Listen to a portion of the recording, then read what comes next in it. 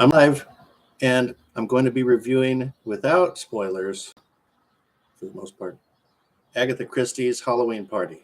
So, I saw the promo for the film A Murder in Venice, and it's a Hercule Poirot film, and there's been three or something like that already. I think this is the third one that's coming. So I got super excited. I thought, well, what book is that based on? And I went back and looked up and said, okay, Murder in Venice is based on Halloween Party. And it's October 16th, 2023 right now. The movie is, I think, in the theater still. It might be already out on DVD or streaming release. I'm not sure. But I decided I was going to read this. So I've been reading all the Harry Potter books. I'm on the last Harry Potter book. They're very large. I'll be done hopefully by Halloween. And I finished this today on the 16th. So I've been just reading this in short spells. But so I'll give you some background before I go into this book.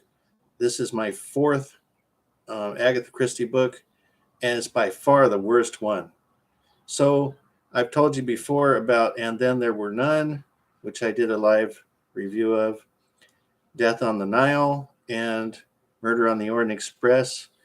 All three of those books are good, and my favorite of those, And Then There Were None.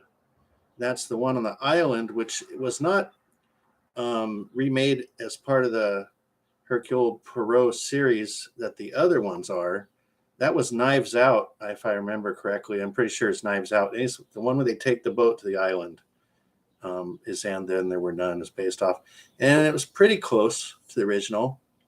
And then the ones from this particular movie series, which is Murder on the Orient Express and Death on the Nile, are pretty close to the books. But this one I've already learned. Well, but before I tell you this, I spoke to my daughter yesterday and my wife, and I told them I was pretty close. It was like 20 something pages from being done. I said, this book sucks. And I said, I hope they do a massive script rewrite. And from what I've just learned on another YouTube reviewer of this book, the basic premise is totally different. So I'm going to tell you the reasons I don't like this book. So when you see the title Halloween Party, you really think, wow, this has got to be like some really cool setting of a party murder mystery that goes on for quite a while. And it doesn't. So it's a British Halloween party, and it's kind of low key, not really a lot to it. And it goes on for just a spell at the beginning of the book until a murder happens. And one of the things I hate in movies is children getting harmed. And that's what happens in this book.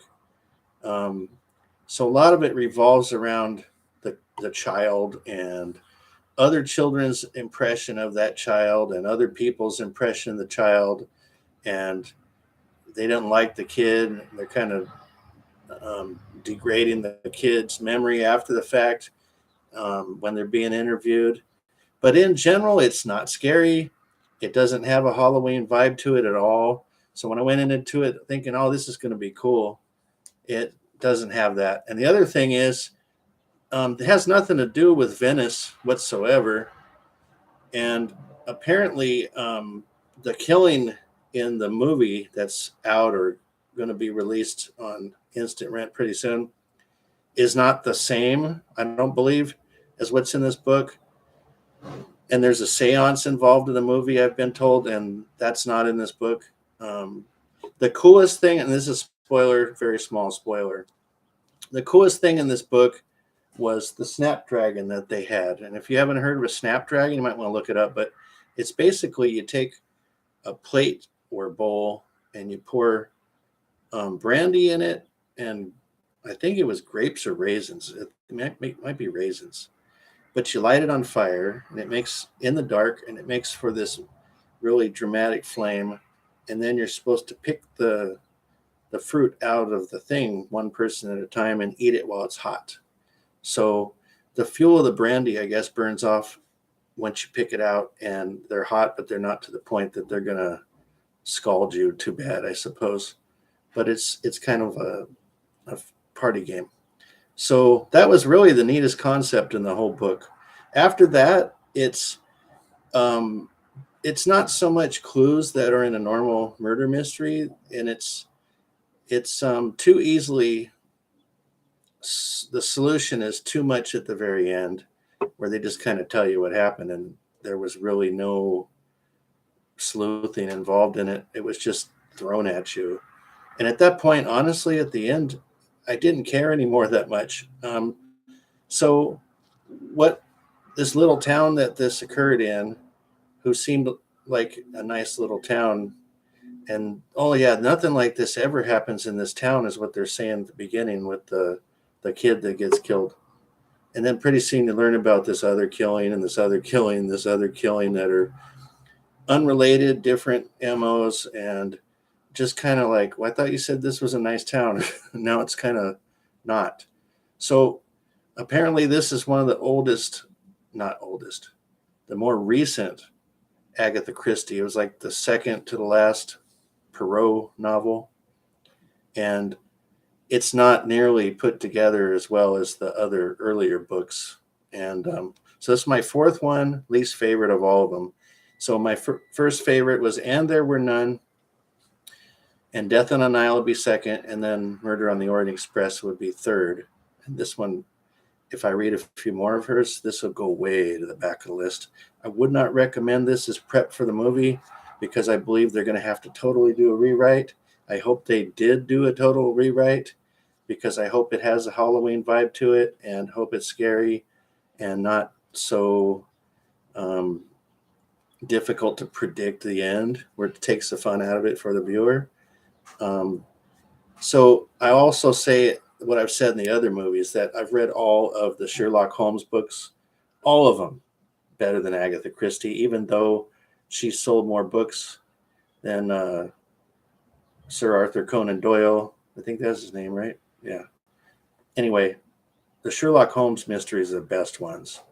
Behind that, I've been reading a bunch of Perry Mason books, and there's a gob of Perry Mason books. And he's also the writer Perry Mason, Earl Stanley Gardner, which I bought a whole bunch of them recently. Every one of his books I've read, I enjoy. And they just have a different feel than Sherlock Holmes or Agatha Christie. And to me, it seems like Agatha gets a lot of cred just because she was writing a long time ago. And Earl Stanley Gardner was more modern, and he kind of picked up where they left off. But I like his books better than hers. And the Sherlock Holmes ones are untoppable, just by far the best. So don't read this one. I don't recommend. If you want to read Agatha Christie, start with And Then There Were None or Death on the Nile. If you wanted to watch and compare the movies. But just remember, I think it's Knives Out is the And Then There Were None.